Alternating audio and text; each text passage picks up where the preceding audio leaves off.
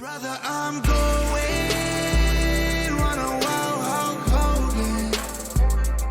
If I like get some moment, I'll make sure it's an explosion. Cause lately I've been seeing stars, trying to kick out on this joke cord. But it's no holds barred, middle fingers like I'm Stone Cold. What is up, everybody? This is a special episode of the Slapping Meat Wrestling Podcast. As you see with me, I got some wonderful guests underneath me on the screen. This is technically our executive producer with all the questions he sends in. That's DJ Wavy. Yeah. To his right, that's Commander K-Dog, also Kody. And above him, that is the one and only Junkyard James from the Junkyard Podcast. And you might be wondering why they're here. Well, on James and Cody's other podcast, we got this invitation. Us talk crap about wrestling. Yeah, Turn into a wrestling podcast at this point. I mean, good lord. I'm all over that, by the way. Yeah. Him and that one guy in that Discord group are in. You know, we could go 2-on-2 tag team. 2v2. Let's. Wow. So here we are. Challenge accepted. It's not gonna be 2v2 though. It's just a discussion. There's nothing to debate here. But we are gonna be talking tribalism in wrestling. I thought this was an interesting topic.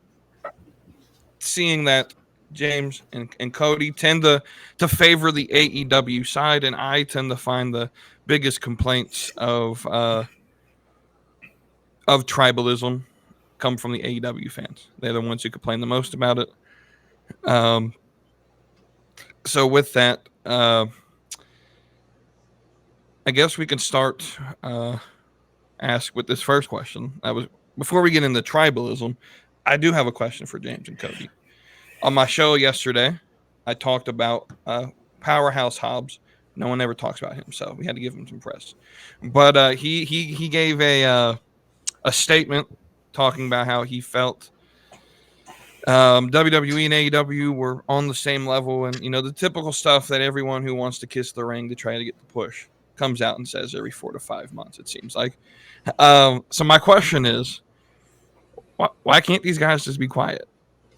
Why do we got to continue to do? Because to tie this into tribalism, I think this feeds tribalism more than it does anything.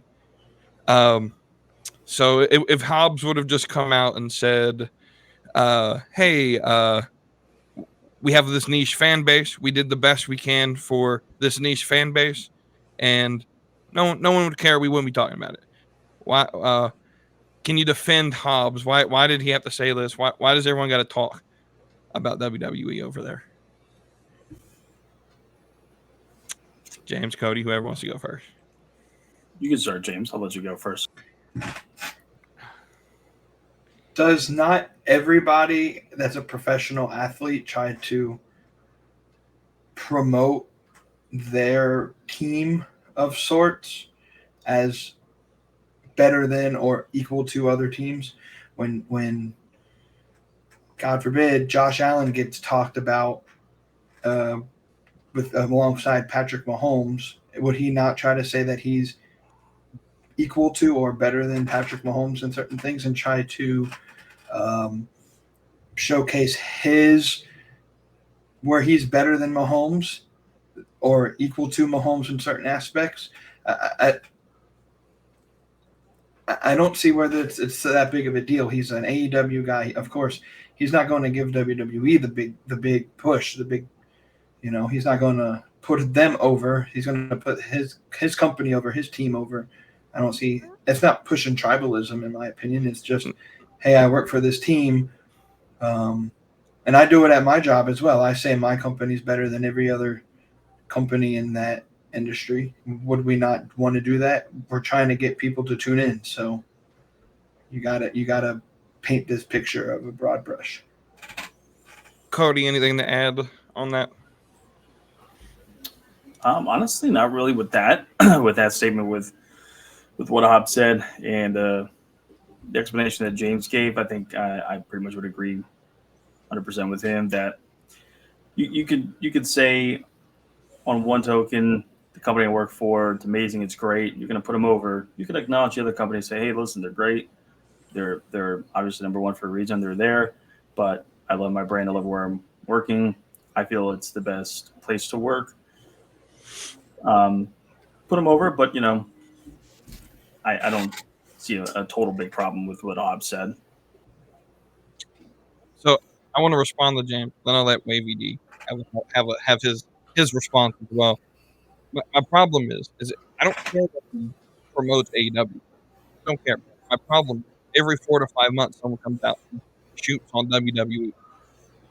Why mention them? TNA doesn't mention them, and I'm going to make the argument. I have made the argument that TNA is the number 2 brand. I know, shocking statement, but it's okay to be secondary. It's okay to be secondary. Secondary doesn't mean bad. You build your little niche like TNA did, and put 110% into that fan base. So my issue is when you come out and you say, "Hey, we're equal." It's obvious you're not equal. You don't market the same. You don't get the same ticket sales. You don't get the same TV deals. You're not equal. That's my response. Wavy D, what would you like to add to this? So as far as Hobbs saying that he loves his promotion, that they're the best promotion, I have no problem with that because he's pushing his brand, he's pushing his promotion. I mean, do I think it's true? No, but I respect him to push his own promotion because I expect nothing less. You know what I'm saying? You want to push push your brand, push your promotion. The one counterpoint I would say to James's explanation when he was talking about compare it to Josh Allen, to Mahomes, saying why you're better. I would say actions speak louder than words. You know what I'm saying? If your product week in week out and month in month out is doing really good, going crazy, like going above and beyond. You know what I'm saying? Your fans will grow and grow and grow. Example, old school TNA, they did that. They built up a nice audience. And, corporate and management kind of screwed things over. I feel like they were on a rise and they were going to do big things. But I just think at the end of the day, actions speak louder than words. And if you're putting on a great product and you're doing your thing, you'll have a fan base. You'll have a spot. Agreed. All right, so let's move into the topic of discussion for tonight, which is tribalism. I always like to start with defining what tribalism is. So we'll start with James. We'll go in a circle, and we'll end with me. What is your definition of tribalism? And so that way we could start there, make sure we're all on the same common terms when we discuss this. Of course, you would start with me because I don't have a definition of tribalism. And I've said this on my show repeatedly that if we as a fan base were to let people like what they like and hate what they hate, just like any other sport or entertainment business, then the wrestling industry would be better off for it. My biggest example was when we all went to WrestleMania back in 2017.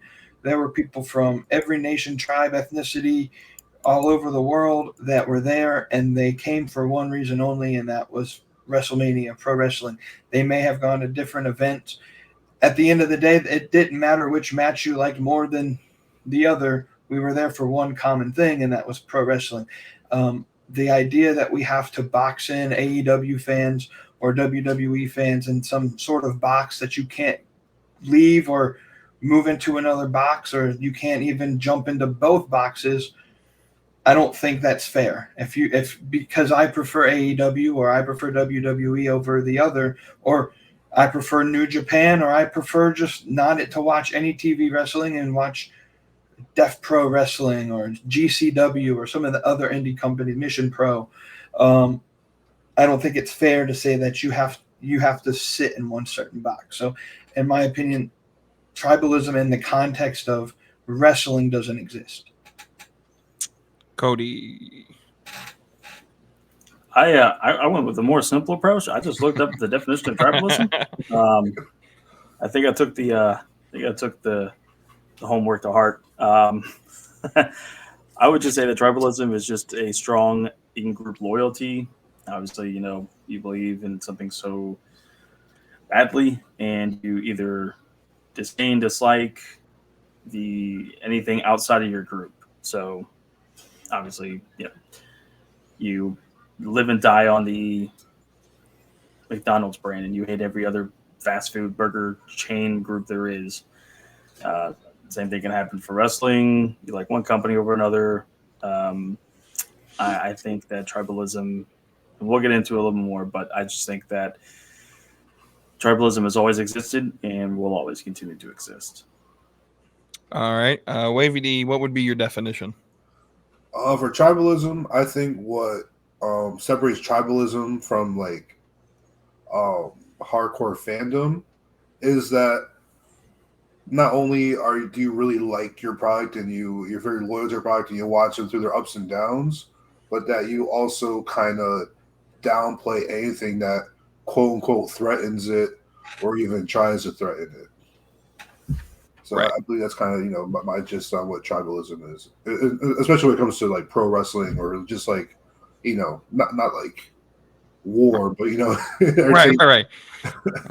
right. I took the same approach Kody did. I literally have Google up with tribalism definition. And Google tells me that tribalism is the state of being organized by or advocating for tribes. That's more of a sociology definition. We're not like actually forming tribes here, but it's the idea of common-minded people who like the same thing. Where it differs from fandom to me, I think we tend, and again we'll speak on this in a minute on whether we think it's good or bad, but I think at times within the tribe there becomes a cult mindset, but on both sides. And so when I mention there's cult WWE fans, we all know them on Twitter and X, and they get on my nerves just as much as the cult AEW fans. And so I think, like Wavy D said, anytime you feel threatened or the need to have to defend.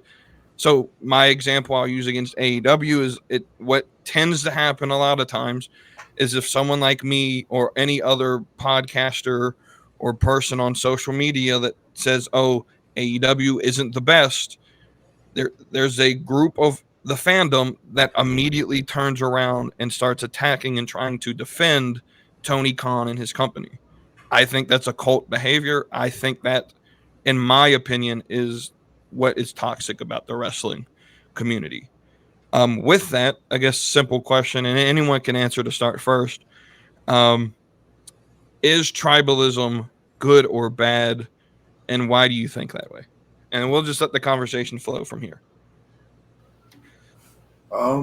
So me personally, I think tribalism in professional wrestling is actually a good thing. A lot of people might not think it's a good thing. The reason that I believe that tribalism is good is because, a lot of this happens in back and forth on social media, what I'm saying? And this, right, the back and forth, all these keywords getting typed in, results stuff getting trending, stuff is getting talked about. And this brings more eyes to a thing. It gets more traction. Any publicity is good publicity at the end of the day, in terms of entertainment. And so if I say if We Too Deep comes in the Discord and he's like, yo, did you see this so-and-so like garbage thing that happened on so-and-so show? I would say AEW, for example, because that's usually what he says. And then I'm like, I wonder what happened on AEW. And then I'll go to like YouTube, go to AEW's page, see the segment. That right there is bringing me in to go see that. And it's bringing kind of like another eye that wouldn't see, whether I agree, disagree, or if I trash on it or if I don't, that's still another view, another possible comment, more interaction, more eyes come to see your ad revenue, which then in turn boosts up your stats or whatever. So you might have like, 2 million views on this video, but it might have been the most positive reaction. We still got 2 million views on a video in 24 hours. So I think that's one way tribalism can be a good thing, as far as getting names out there, getting people talking about it. If no one's talking about your promotion's dead if no one's talking about it. All right. James, Kody, you guys want to offer your opinion there? Yeah, I'll jump in. First, with a quick thing about cultism, is there not also people that at the dime drop of a Tony Khan tweet, it seems like they have his tweet reminders on, that every time he tweets they get a notification. Absolutely. And so yes, they go both ways, and there are AEW fans that are super loyal to AEW only, and in that aspect I think that's a good thing. You have to have your hardcore fans, just like you have to have, in greater terms, I don't like this term, the so-called casual fans. You do need to give them something to stay tuned into, but at the end of the day, I think tribalism, like I said in my intro, doesn't exist, or it should not exist. I don't think it's good nor bad, because it shouldn't be a thing, because at the end of the day it's just entertainment. And I'll use another example. People 15 years ago like to make a big thing out of Team Apple or Team Android, and that's still going on. well, maybe it is, maybe it isn't, I don't know. At the end of the day, it's just an opinion. It shouldn't matter. You shouldn't be labeled as this or that, or a cult member for this side or that. I'll defend Apple till I'm blue in the face. I think it's the better product over Samsung or any Android product they have. But I'm not going to let it dictate my day-to-day ops. If you like Android, you like Android. If I like Apple, then so be it. It's just a personal preference. Same thing with whether, here's a conversation we've had behind the scenes of what chicken restaurant's the best, Zaxby's or Cane's or whatever the hell Slim Chickens would be. They're both even. They're all 6 out of 10s. And it don't really matter what you think's the best of the best, because at the end of the day, they're all fighting for you to buy it. So you spend that $20 one way at one site, one place, and then you're going to go to all the others to test them out. You're still helping out each company. So I think tribalism, does it exist? Yes. Should it exist? No. Because then you turn what should be an entertainment source, a way to get away from the politics of the real world, into new politics. And it's just, I hate to see entertainment turn into left-wing, right-wing, centrist, moderate. It's just entertainment. It's not super serious. And so I think while tribalism has its place, it shouldn't even exist. Like what you like, hate what you hate. And we shouldn't have arguments over that. Can we discuss the product? Sure. Does AEW put out some really bad stuff? Yes. Does WWE put out some really bad stuff? Yes. Does WWE put out really great stuff? LA Knight is an example of something that they've done really well. The Bloodline story, as much as I hate it and I feel like it needs to end, they've executed on it pretty much at every point very well. Has AEW put very good stuff on TV? I would say yes. A lot of people would say no, but I think MJF's storyline that he's having now, where he's in 7 different stories interacting all in one storyline, and it's very good. And if the swerve that comes up with who's behind the devil mask goes the way that I pitched to Kody the other day, it's going to be the swerve of the generation. And you'll have to fill us in on that. Do we have the time?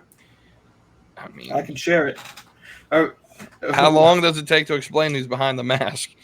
Not super long.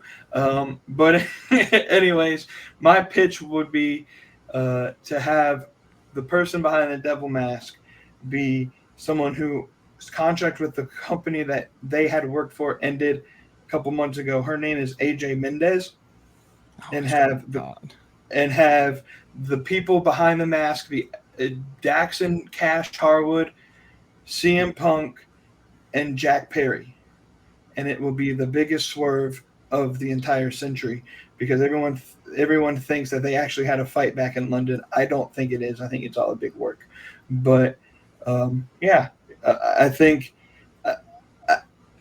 both sides put great stuff out, and like I've said before, both sides are dependent on each other. So to separate both sides into certain boxes, I don't like that. I'm gonna have to stop you right there, my friend.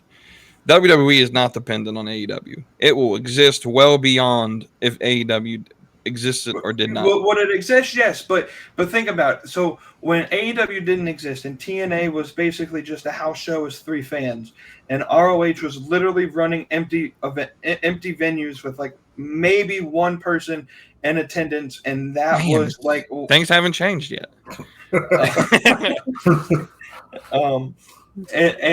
And MLW, it was literally just the wrestlers' families in the crowd.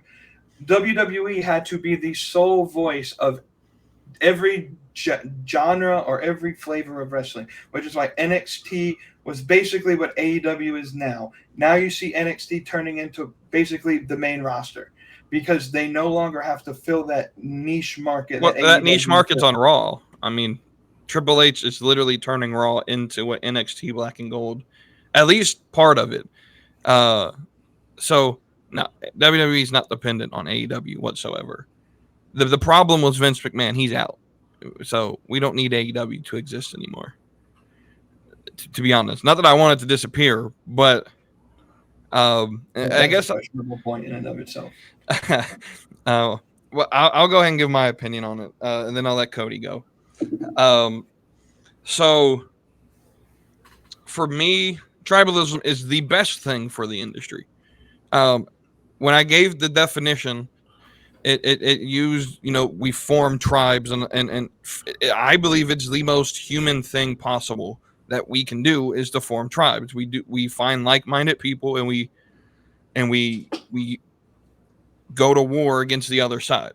I think in entertainment, it's Marvel versus DC. It's Star Wars versus Star Trek. It's always there's always in entertainment been left right. And that's why there's, for most of the country, a big push to, a lot of people all Twitter is now is politics, because left, right, and who gets the biggest voice and who argues. It's Coke versus Pepsi. It's Chevy versus Ford. I was listening to Eric Bischoff actually before we started this, and he was explaining in the Deep South where we live, everyone except Wavy D, we live in the Deep South. He lives up in New England, which is the best part of the country. Down here, how many pickup trucks do we see with some dude with the Chevy logo being pissed on, or some dude with a Ford logo being pissed on? Tribalism is at its core human nature, and so it's a very good thing. Like Wavy D was saying, if I critique AEW, in a way, yes, I'm giving them free publicity for someone else to go check it out. But at the end, I don't want AEW to disappear. I want it to fit its niche product, and to fit its niche where it's at, in the market. In the same way, Coke versus Pepsi is the big argument, but Dr. Pepper is the best brand. In my opinion, Dr. Pepper is that niche brand that you either like it or you don't. In the same way, Mountain Dew, even though it's a Pepsi product, people prefer that over the big brands that get talked about. So fit your niche market. Ain't nobody drink Diet Pepsi. But I think we need tribalism for the industry to survive. And I think even within WWE, there's tribalism. Why did the brand split happen when WCW went over? Vince McMahon understood that the need for competition gave ratings. And so he split Raw and SmackDown to make the illusion of that you had to choose a brand. You either team Raw or you were team SmackDown. Right now, you know, your team Raw, your team SmackDown, your team NXT. I'm team NXT. Team Raw. He's team Raw. And so while I personally think all three are boring. Man. This guy. And to be fair, AEW last week, I've watched 7 minutes of Dynamite last week, and here's my problem. Here's my problem. Why don't you guys have 3 shows? Why can't there be 3 independent brands? And then I literally pitched this before CM Punk got fired, or whatever you think it's a work. I think you're crazy, but have CM Punk go to war against the Elite with Dynamite versus Collision. That would have, and then you have them meet in London. How do you not do that? That is literally what that London show should have been. I don't understand how you don't do that. And so Tribalism. I'll tell you why. Philly don't want. No. You're not going to tell them why. Can I talk? Sure, why not? 25 minutes of not even speaking. Jesus Christ. Golly. All right, so now I'm going to have the floor for 3 minutes, so we all shut up. Just kidding. Jim, your opinion sucks. Android's better than Apple. Before we get on a much further, deeper topic, listen, tribalism has always existed. It's going to exist. It needs to exist. It existed in the territory days. It existed during the Monday Night Wars. It existed during the 2000s. It's existed all the way throughout time. Probably predates wrestling in general. But you had your AWA fans. You had your USWA fans. You had your Mid-South fans. You had your WWF fans. You had your California fans. Listen, it's going to happen. Transition after the Monday Night Wars. Obviously, WCW, WWF. And then once WCW died, Vince started Raw and SmackDown to create his own competition. And yes, it worked. Of course, things change. Vince isn't really very patient, so that ended. But I guess maybe it ran its course through the first duration of it from 02 to 05, 06, 07, whatever. But then you bring in ECW, which was god-awful. And then you bring in the first installment of NXT, which was a joke. And then you get to... I mean, that joke brought you Daniel Bryan, though. So and Ryback. The worst wrestler in God's green earth. And I'd question to say that Bryan Danielson was already known to. Was he though? Yeah, that's where I was leading to. Was that in between? I didn't know who he was. And that's my point. You sometimes you speak, James, and you sound very casual. You really do. I think you're more casual than you lean on, than you lean into. But sometimes you say things like, "Oh, Daniel Bryan was known to who? ROH? No one knew what ROH was if you were a WWE fan and that's all you watched." So, sure. The original NXT definitely made Daniel Bryan. Please continue. Made is a strong word. I would say known, maybe, but not made. But that brings back kind of to my point of in between all of the 2008 to 2014 run, you had your ROH fans, your TNA fans, and then they became their own thing because they missed that alternative product that WCW was. That's why TNA fans are so loyal. That's why ROH fans are so loyal. And they usually were in the same pod together. And NJPW and AJPW were so far behind because the American audience really didn't have much of a viewing choice. Then you get to the mid 2000s, the brand split was crap. SmackDown was god awful, and it was just Raw. And right around the NXT Black and Gold time, Impact started faded out a little bit. ROH was kind of okay, and then all of a sudden you get. To me, the boom of 2017 with ROH revitalized because of Cody Rhodes. The independents were doing great, and JPW was doing well because Jericho went over there. Kenny Omega was coming on the scene. Kazuchika Okada, Naito, Tanahashi, all those guys. And then, obviously, Impact had the Ultimate Deletion with the Hardys. So now they're coming back up again. And NXT Black and Gold was off the chain. Raw was okay. SmackDown was before the 2016 brand split, it was god awful again. But that's where I just lead to. You're gonna have tribalism no matter what. It's gonna happen past AEW time. If there's another company that comes up, it's always gonna exist. Is it good? I think so personally. Yes. Any business is good business. AEW doing well is going to mean WWE does better. WWE is going to do well without AEW, but it does better with AEW. And I think anybody who's in the industry who has said so believes it because it is true that when you have different companies, elevates game, viewership goes up, attendance numbers go up, people get more exposed to the brand, people talk about it, especially on social media being such a cesspool that it is. People are going to talk about it, and it just creates more eyes on every product, or it should at least. And that's the ultimate name of the game. More money, more viewers, more merch, more all this to eventually create a better overall pro wrestling world. And I think that's where we're currently at. I had a couple of small things to touch on. So I don't know if we're going to dive into this later. I know we talked about this a little bit on the side in the Discord, but like, you know, the reason for tribalism, we kind of both point at, you know, Tony Khan is the reason for tribalism just based off his antics. But I guess we could dive into that. Let's go ahead and talk it since you brought it up, because that's a great topic. I'll swing back around to that. I wanted to touch very quickly on the like Daniel Bryan and the first season of NXT type thing. So remember, the first season of NXT came out in 2010. I don't know about you guys. I was only a wee lad. I was like 12, 13. So like, well, when you're saying, you know, he was kind of, you know, like known before that, you know, growing up, I watched this WWE. I watched Prime TNA. I kind of stopped watching TNA around the 10, 11 mark, you know, when Dixie, Hulk, and all them kind of, you know, start ruining it or whatever. But names like Daniel Bryan, I didn't know what Ring of Honor was. I only knew AJ Styles from TNA.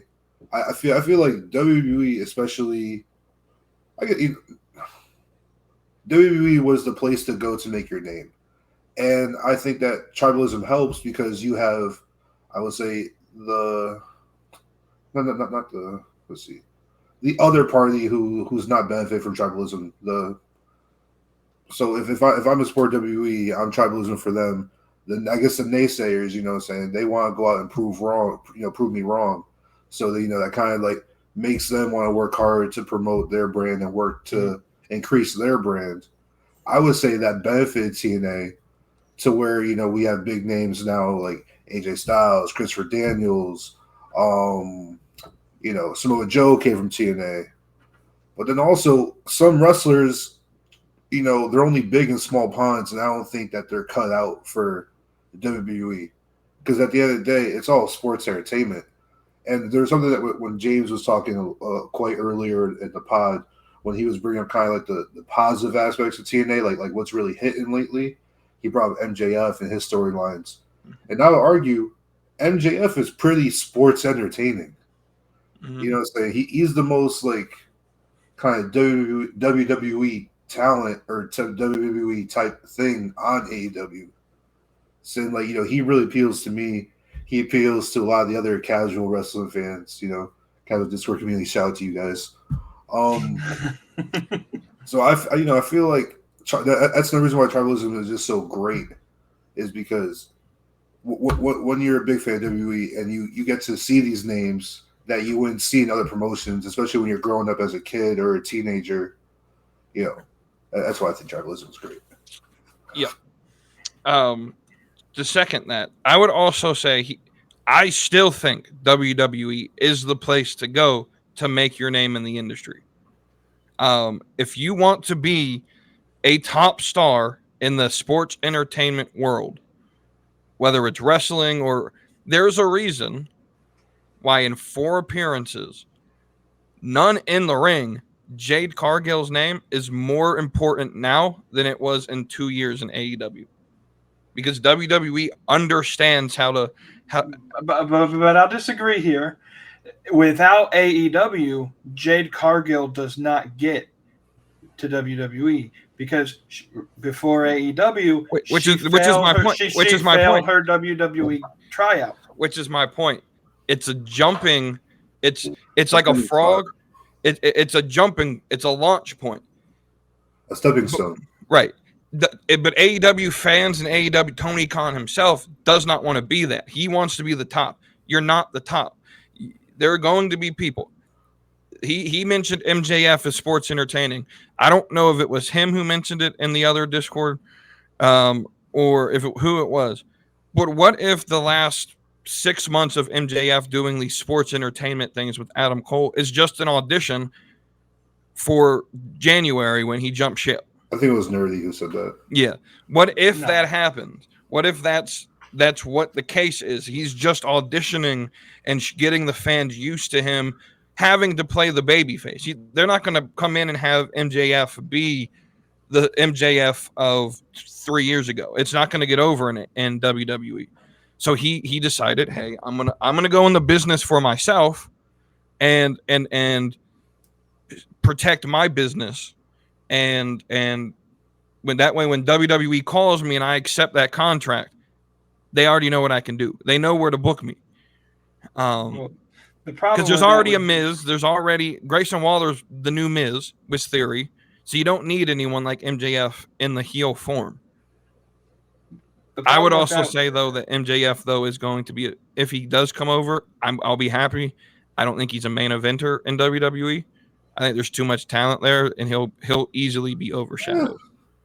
He had the in-ring talent and the microphone skills. I think MJF will do. I think he'll be a big player in WWE if he comes over. It looks great. But that has to make the assumption that he hasn't already signed an extension with AEW. I think he has. There's no way. He's been the biggest company man the past 4 months now. He puts AEW over everywhere he goes. He's on every promo. He goes to every radio station. He is the biggest company man. He didn't do that. So was before. Edge before he left. Edge was with WWE for over 20 years, so that's kind of different. I will argue. I think MJF's the type of person who wants to prove that he's not just a big fish in a small pond. Right. Like we've seen plenty of companies where, for example, right now, I know Alex Shelley, just from a young lad watching in TNA as Morris Machine Guns, back in the prime. Mm-hmm. Now he's their world champion. Is he still their world champion? Yeah, as far as I understand, he's still he's their world champion. But like, if you ask a regular standard wrestling fan, do you know who Alex Shelley is?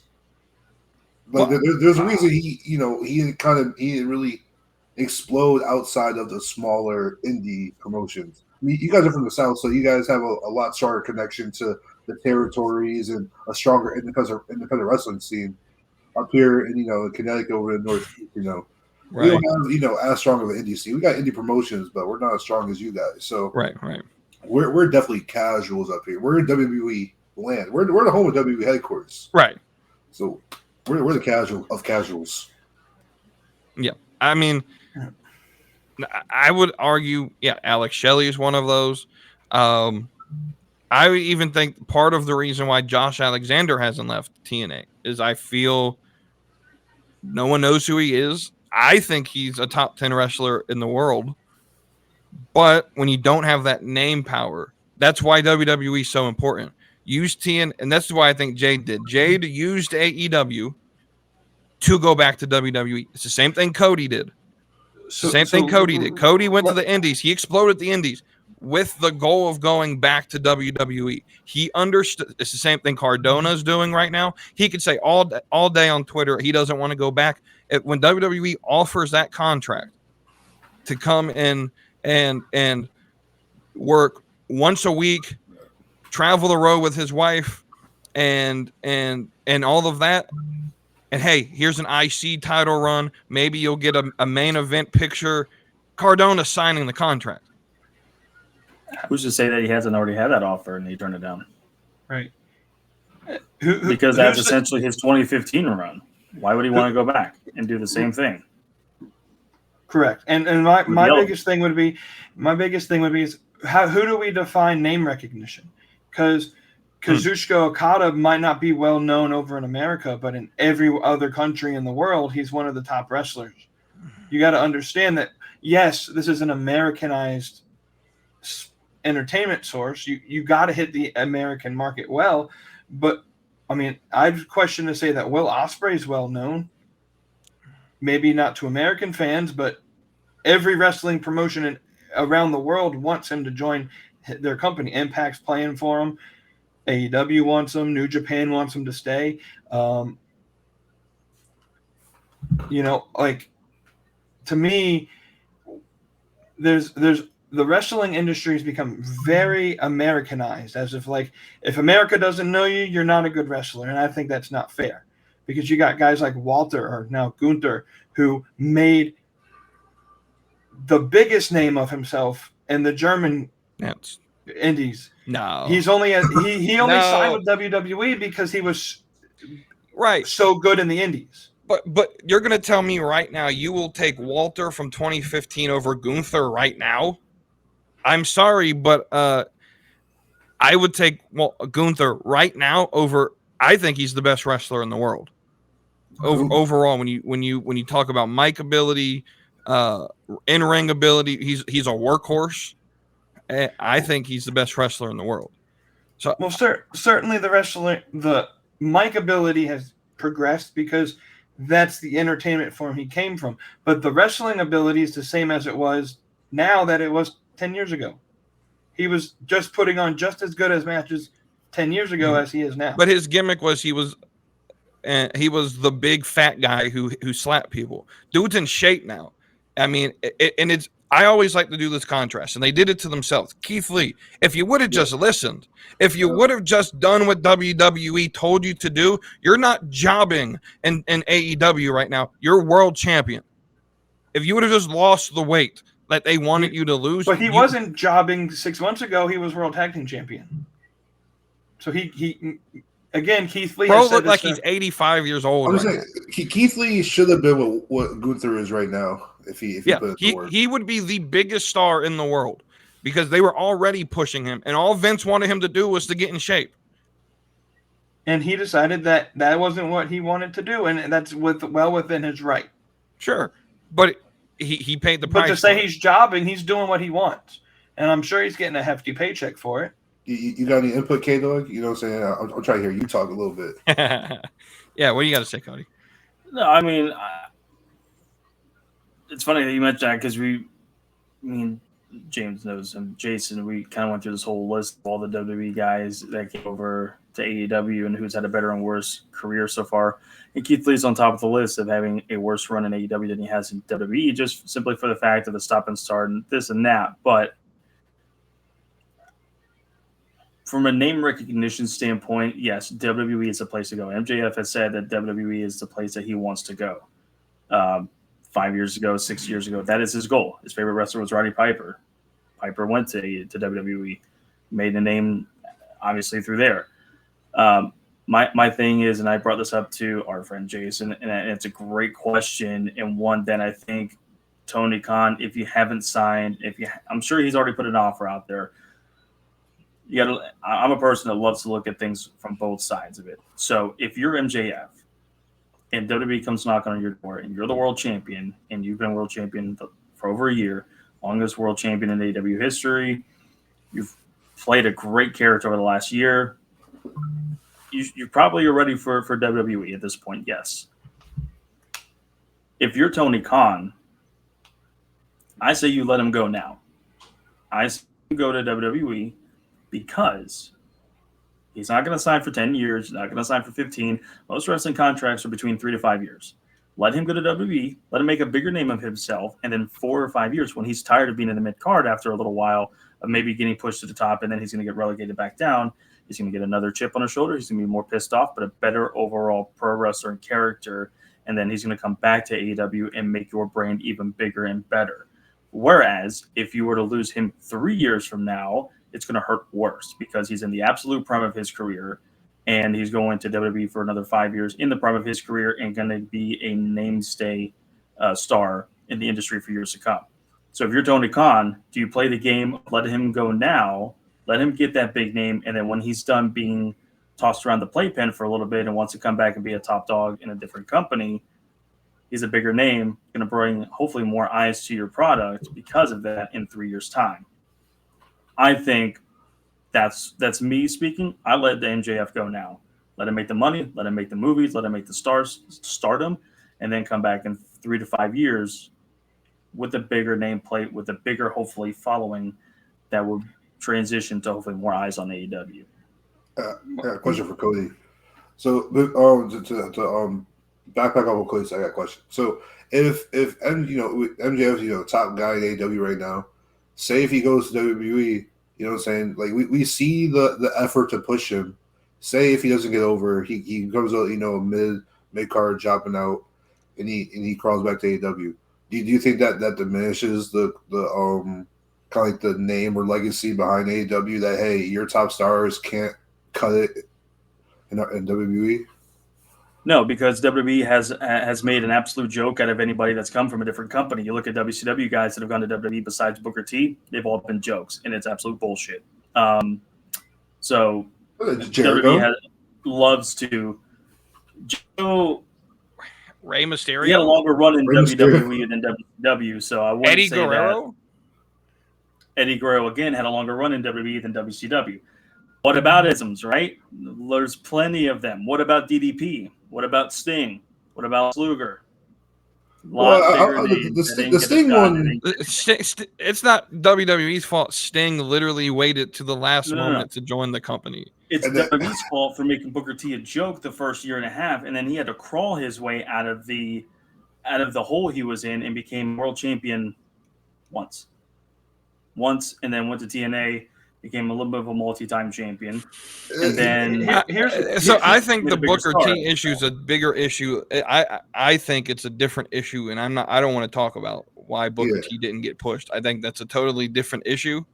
And because Vince McMahon wanted to play his "I'm better than you" card because my company. I think it has a lot deeper meaning. I think it's a little more different. I'm gonna go. I'll go ahead and say it. I'm gonna go ahead and say. I think it's the same reason WCW didn't want to put the title on him. I think there was a strong notion in the industry that a black person couldn't be world champion in the business. Problem is, he drew better for WCW as a world champion than almost any other world champion. Which is why Russo wanted to put the belt on him so much, but the writers didn't want to. But they did. I think a lot of it has to do. I think a lot of Booker T not being pushed in both companies had to do with the fact that no one in booking thought a black person could draw because of the fan base. People could come at me for it if they want to. I'm going to stick to that. Yeah, I think you're right. Call a spade a spade. Kofi Kingston became champion and business did well. WCW was the only promotion. So here's my thing. Here's my thing. And here's my thing with Kofi. And this is why I hated that run. I'm not going to speak for all black people, but that just felt like hey, here's a little prize because you guys didn't get anything. Look, I get representation matters, but that felt to me like, hey, we're just going to pander a little bit, and then they'll have them lose in 2 seconds to Brock Lesnar. Like, there's a reason people hated Brock Lesnar after that. They're doing the Daniel Bryan storyline against Daniel Bryan when it came to Kofi Kingston. Right. I don't think the Kofi Kingston storyline is as it was a great run, sure. It also got to understand that he wasn't the one that was supposed to get that run. That was Ali's run until he got hurt. Kofi's actually he was supposed to get pushed a lot sooner, but then Randy kind of stopped it. Yeah, back in like 09 or whatever it was. Yeah. So back on topic here, real quick though. Back on MJF. What's to say he needs WWE to get the movies or the Hollywood deals? Because the Iron Claw, he's not only in the movie, he's an executive producer of that movie. And he's not on the poster. It's a way to show that he can make it in Hollywood and he can do the WWE schedule in AEW and show that he can do it. And that's but he's not on the poster. No one, unless you're a wrestling fan. Unless you're a wrestling fan, you don't know he's in that movie. He's not on the poster, and I guarantee he'll be at the very bottom of the credits. I didn't know he was in the movie. Yeah, he plays Lance, which is the least known brother. So the one brother nonetheless. He's in the movie. That movie? Yeah. Which is great. I'm happy for MJF. I was gonna watch it no matter what, just because it's a wrestling movie, and I like to see Hollywood make movies about wrestling, so I want to support it. But if he's in WWE, it's not like Ready to Rumble. If he was in WWE and he had Nick Khan writing his contract for him for these movie deals, he's on the poster. His name's on the poster, and he people would promote it. I haven't seen one time AEW try to promote that he's in that. There's no WWE stars, and there's nothing stopping you from promoting this movie.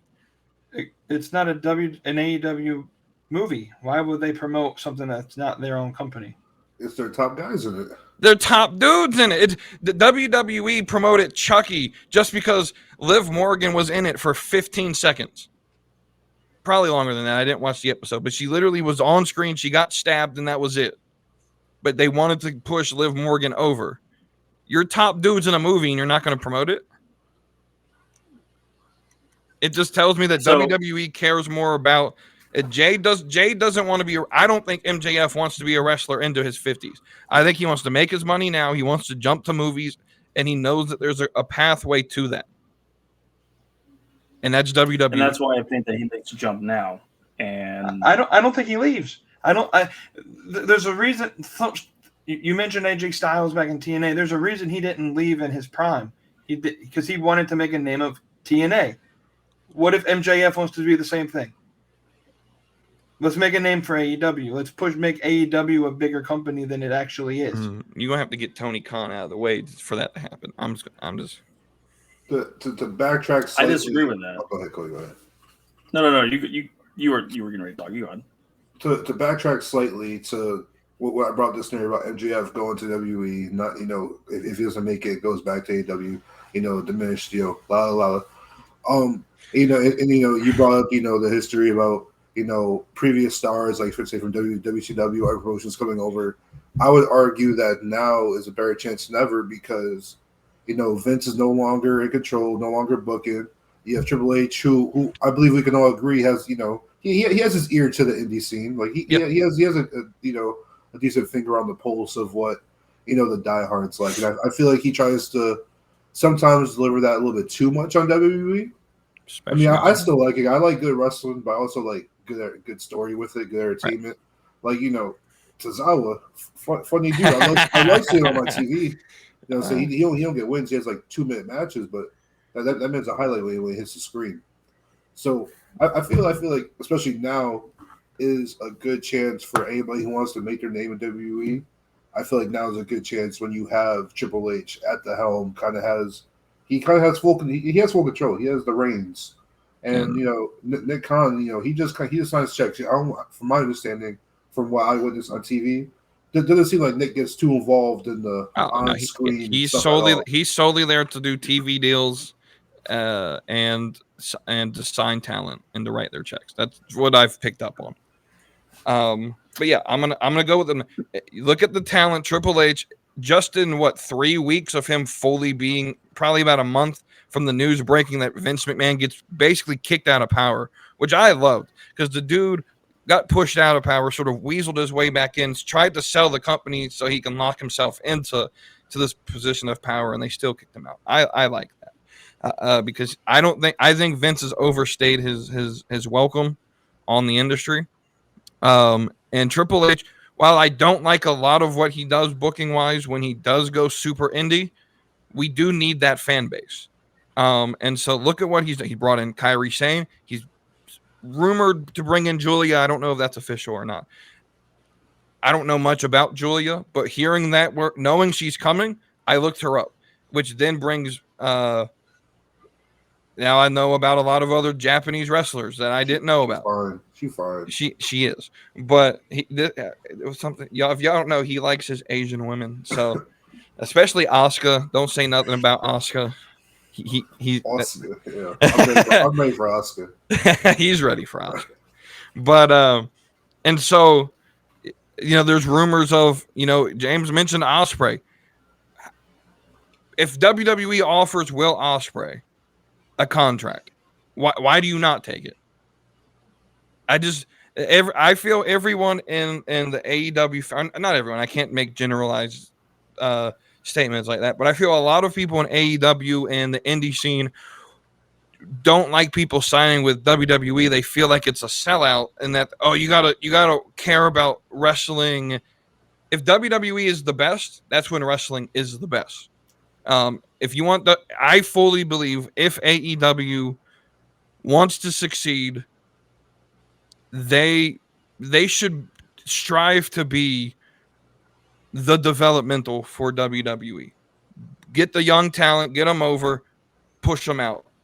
Let it be that springboard to where people can watch it. And then, like Kody said, if let's say Ricky Starks come over, spends 5-6 years in the mid card, and then decides to go back. Now that draws a bigger name back to that company. But it's all about just running your niche. I don't think it's anything wrong with AEW to take someone like a Nick Wayne, which I don't necessarily find anything special about him. He's 18 years old. Give him the skills to make it in the industry and then push him to WWE. That benefits the whole industry.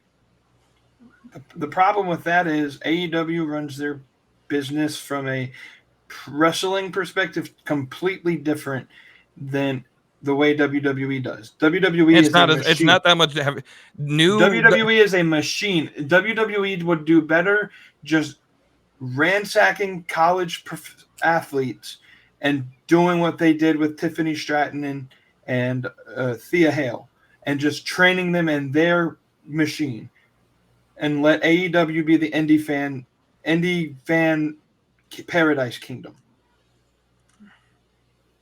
Okay, sure. And I don't disagree with you. I like the NIL stuff that they do. But the point that I was trying to make, though, is guys like Ospreay, guys like MJF, y'all are going to have to make that decision. Do you want to make it in the big leagues now? Because in 5 years from now, Triple H is going to ransack all the other free agents.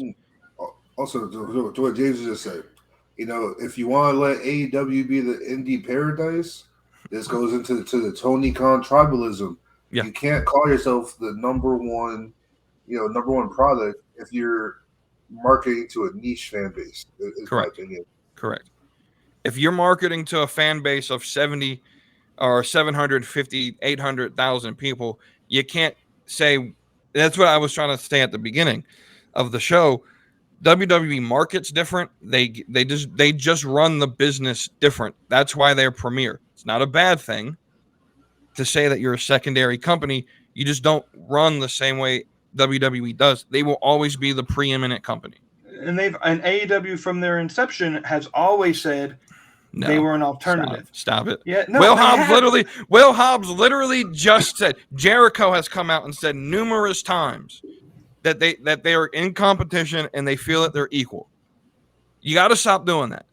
You have to stop doing that because you're not equal. And it's not a bad thing to say you're not equal. I want AEW to succeed just as much as anyone, just because if AEW succeeds, that means that people are watching wrestling. But if AEW falters, I'm not going to lose sleep over that either, because WWE is still going to be the machine, the giant at the top that gets people into the business. But if AEW falters, then TNA picks up the slack. TNA and NWA will pick up the slack. I promise. I'm not fully on board with what We Too Deep with when he says that Impact is the number 2 promotion in the world. I'm not sold. Say they can't even get a TV deal to be on regular TV. And like you do, I think so. I think that's more corporate. They want to promote because the Access TV owns the company, so I think they just want to promote their TV. I agree with you. They need to get on CW or something like that. Their weekly show has 20 fans in attendance. You're not lying. Impact Wrestling is more popular in Namibia than in America. Africa is their biggest market. Fun fact. Well, that used to be India. It's definitely not the number 2 anymore. It was. When I say number 2, I'm talking about product on TV. Definitely fan base. Definitely not. I can't get behind the product because they got no fans there. Like the stage is so bland. It looks like a practice facility. Which I understand. Yeah, I definitely agree with you. There's definitely things they got to work on. But I think from the actual product, when you actually sit down and watch it, if we can get over the rest of that stuff, the only thing I don't like is the intergender, and that's a whole different discussion.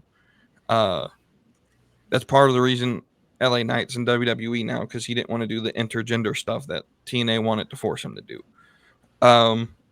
But yeah, I don't know. Maybe it's just because I like a lot of the superstars down there. I can agree. AEW is probably number 2.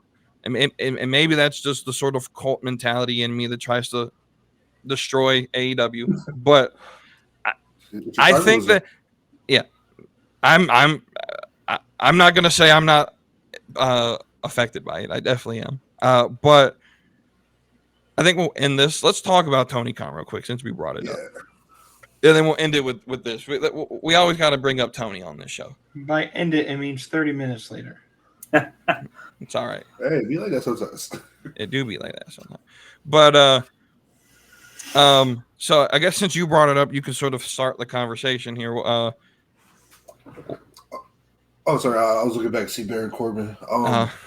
He's on the TV. Boring Corbin. But yeah, so I was gonna, so I was listening to Eric Bischoff and Jim Cornette. I know a lot of folks aren't very fond of Jim Cornette. I think he's a very wise wrestling mind. He's just a little old. He's old school. I listen to Cornette sometimes too. I like him because when he gets on his rants, you don't know what the fuck's gonna come out of his mouth. And I love when he breaks down match mentality. But anyways, right. I was listening to Bischoff talk a little bit, and he was saying that a big thing that feeds into the internet tribalism nowadays, especially today, is Tony Khan and a lot of his antics as of late. Throughout the inception of AEW, but especially within this last 6 months to a year, he's kicked it up a lot. And I'll definitely want to hear James and Cody's opinions on, saying their leader into this, charging into this war. Yeah. What's your guys' thoughts on Khan? Do you want to start, James, or you want me to go? I'll let you go first. I always find it funny when Eric Bischoff gets on his soapbox about Tony Khan, because Tony Khan is just a richer Eric Bischoff. Tony Khan is a 2023 internet version of Paul Heyman. It's the same thing. He bleeds and dies by his product. He believes in his product. He got his product on television, and then he boasts about it. What did Eric Bischoff do back in 95, 96, 97? Got WCW primetime against WWE. Beat WWE, started proclaiming him to be the number 1 company in the world. Eric Bischoff was Mr. McMahon before Mr. McMahon was a character.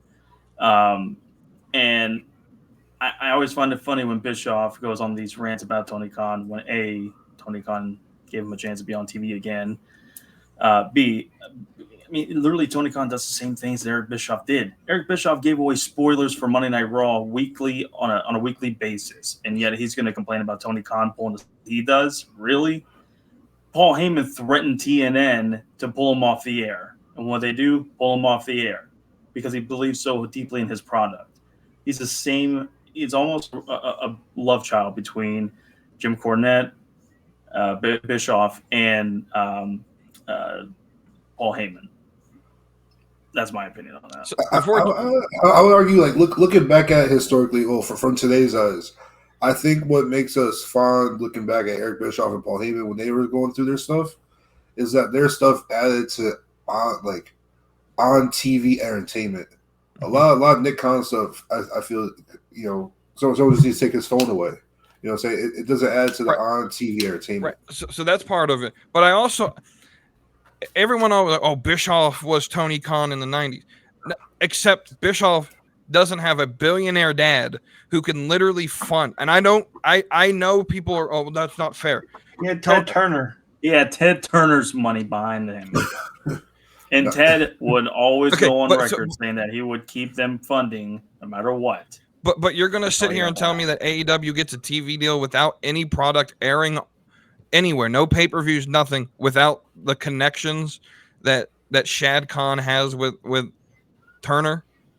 That's the reason Cody Rhodes was there. That's why Cody Rhodes was a EVP. The point that I always make, and everyone knows how I feel about Tony Khan. I personally think that if Tony Khan stayed in the back, stayed off of Twitter, and honestly just shut the hell up, I would have a better taste in my mouth of the company. What I don't like is him to come out here, see the facts that his company is not doing as good as he says it is. At least with Bischoff, when he did it, he had 83 weeks of facts that, hey, we're better than you.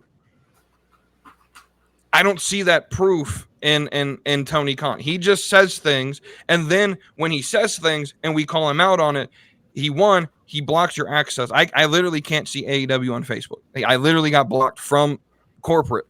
Like, I can't find their page. If you guys share something, I can't see it because if I say something bad about the product, he then turns around and plays the victim and says, "Oh, you're a bot. You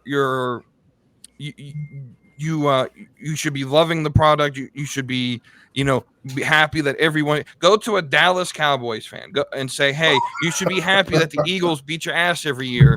You should be happy that your rivals are giving other people opportunities to work. No, I want you. If we're in war, it's war. And so all these Tony Khan complains, oh, they had to bring in Cena. They had to bring in Undertaker. Yeah, that's the fucking point. It's war. We had them on the roster. We brought them in. So there's no point in them being on NXT besides getting a rating. That was it. That was the whole point, though. You want to start a war, you get war. There's no point in America sending stealth tanks and all of that shit where we do it to completely obliterate the enemy. Where was Taker and Cena and Paul Heyman and them on NXT in 2019? They're given the run.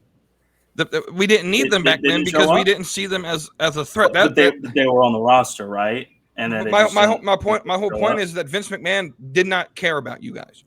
Triple H cares about you guys. He sees you guys as a threat or as a proposed threat. He actually buys into the war. That's why I like Triple H. Vince McMahon, the same way he looked at Turner, the same way he looks at Tony Khan. He looked at him and said, nah, I don't care about him. We're just going to do what we're going to do. Triple H says, nah, you know what? He wants a war. I'm going to give him a war. And those guys let me interrupt here and say, but before you interrupt, because everyone likes, oh, it took Taker and them to get the rating. The week before we won, without Taker, we literally won by 50,000 viewers. The week after you dropped 200 with those guys, and then you dropped 250,000 the very next week. We don't couldn't get a million with that. Well, the problem is, and see, I knew this argument was going to start. Tony Khan goes out, oh, Cena and Taker didn't come in the lowest rating they've ever got. Yeah, so did Edge. Lowest rating Edge ever got. But we got to be happy that Edge showed up. He literally used an argument that we could use against him, and the problem is he just needs to shut up. He doesn't need to speak all the time about his product. But it's his product. It's his business. Yeah, he's going to believe in what he is selling. Are you going to sit back and not say a damn word about your product if you were owner? Like, at all? Just stay off your phone. Don't promote it. Maybe more professionally, maybe. I would be more professional. I'm not calling I'm not going to call the owner or the guy in charge of the company I'm competing against a bald asshole like he called Shawn Michaels. I'm not going to go on the phone and have a literal meltdown because fans did not care about the sob story about his mom that he put on Twitter. Also, how would WWE even know about his mom being in the hospital? Right. They're tampering, but we also had to tamper for Edge. There's no way that we signed a contract in 24 hours when his contract died the day he showed up in AEW. So yeah, everyone tampers. And you need to tamper in wrestling because the contracts aren't public information. So if I'm a wrestling promotion and I'm trying to sign MJF, hey, when's the contract over so I know when you can come and work for me? Is that tampering? That's what most of these phone calls are.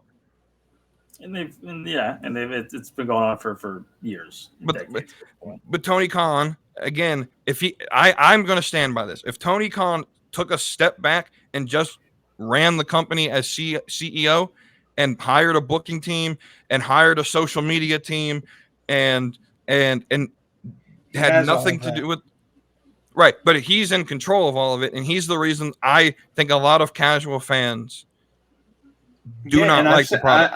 I've said this since its inception.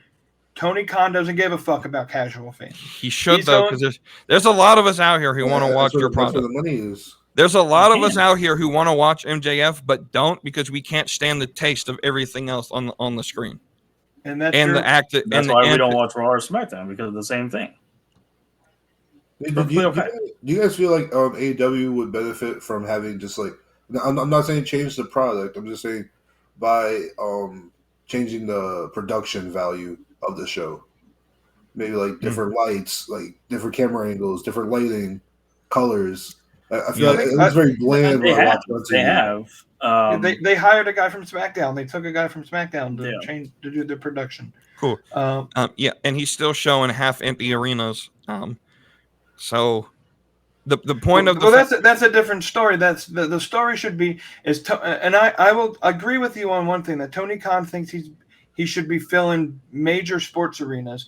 What Tony Khan needs to do is get these small 3,000 seat arenas and sell them out. Because what'll get more fans? And if you can say that you've sold out, I don't care if it's a 3,000 seat arena or not. If you can say that you've sold out an arena 18 weeks in a row, that gives you better press than these people taking screenshots and photos of 32,000 seat arenas that are 18% full, because that's all the seats you're selling. But back to the point, Tony Khan's going to say what he's going to say. He's CEO of the company. He can say what, like, to me, like, it's not on the whole Jericho argument now. Okay, he's the CEO. Who am I to tell Tony Khan what to fucking say? It's his company. I'm a fan. I don't agree with everything Tony Khan says. Absolutely not. Exactly. Yes, but he can say it. Go ahead, Wavy D. I think you're going to say exactly. James, say what you just said again. Who are you to tell Tony Khan how to run his company? Correct. Every wrestler in that locker room tells him how the show is going to run. You literally just had literally had Grand Metalik complain about having to put over Commander, and he strips the match. Tony Khan's being told how to run his company. So why can't the fans just say, "Hey, shut the fuck up"? And then Jericho, you have pull in the industry. He looks up to you. That's why you're there. Tell him to shut up. They pushed out Cody. They pushed out CM Punk. They didn't push out Jay. I don't see that. I'm just saying. I think the fans. I'm going to go with. I think it was Cornette or Bischoff. I forgot who it was, but the fans pushed Cody out. Cody booked himself into a hole by 3 weeks into the TV show, saying he's not going to fight for the fucking world title ever if he loses a match, and then books himself to lose the damn match. So what's the next best thing he can do? Is what, just run the TNT title? That would have been better than playing hopscotch with it. They're not playing hopscotch with it right now. But they did for 4 years. Hey, same thing with the WWE Tag Team titles here the last few weeks, last few months. I mean, it's only between two teams, though. Right. It's not 18 people holding the belt on TV. And the NXT tag titles that just swapped again tonight. You don't have to spoil shit. Oh, damn, son, what a heel turn. You literally know that we recorded this in the middle of NXT and that I watch NXT. It's all right. I figured that was going to happen because I figured. I mean, Chase, you wasn't going. I mean, they're there for a reason. I mean, it's storyline. It's literally storyline. I figured that was going to happen, but. Damn, Tony Schiavone ruining shit before I get to watch it. Anyway, I had one more point before we close this up. Talking about MJF again, and let me see if I can remember. Let's talk about MJF while you remember your point. How come nobody told anybody outside of AEW fans that there's a pay-per-view tonight? Like casual fans didn't even realize this. We literally Saturday night, yeah. But this weekend is what I meant to say. Like nobody fucking knew about it outside of the 750,000 on their social media, on their television. They've only been promoting Full Gear since All Out. Promotion that they always do for pay-per-views. There's a lot of people who didn't know what was going on. So, I find that hard to believe because literally they promote it every single show, almost every single segment, every single week. MJF Jay White match has been promoted. It's been booked for a month and a half. Right. I find that hard to believe. I really do.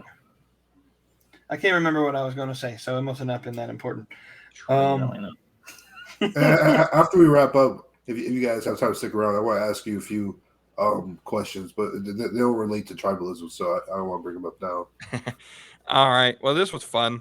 We should do this again sometime. I'm free. Absolutely. I don't know when we would be able to do it again. I know James here is going to be in about a month back on here to discuss end of the year awards. I'm sure he's happy about that. If he still wants to do it, if not, it's fine. I'll do it myself. And the guy in the bottom corner, Kody. Is Kody going to be here? I never got a yes or no. Yeah, I believe I will. Yeah. Okay, we can figure that out. Leave it to AEW though to put a show on December 30th. So typically I waited. Speaking of MJF re-signing, it's in his hometown. What? Hey, maybe he'll lose the belt then. The pay-per-view. The World's End? Yeah. Oh, well, Long Island. No, nobody cares. He's already re-signed. I'm already going to tell you. It's December 30th, the month before his contract ends. 2 days before his contract ends. Let's see. I'm not the smartest guy on the stream right now, but that seems a little sense though. But yeah, with that, James and Kody will be here for the end of the year awards. I've already sent them the categories, I think. So we'll resend them. I'll say it. January 1st is a Monday. January 1st is a Monday. It is a Monday. Let the plot thicken. 2024 is going to be a great year. I'm going to let y'all know that. For WWE, that is.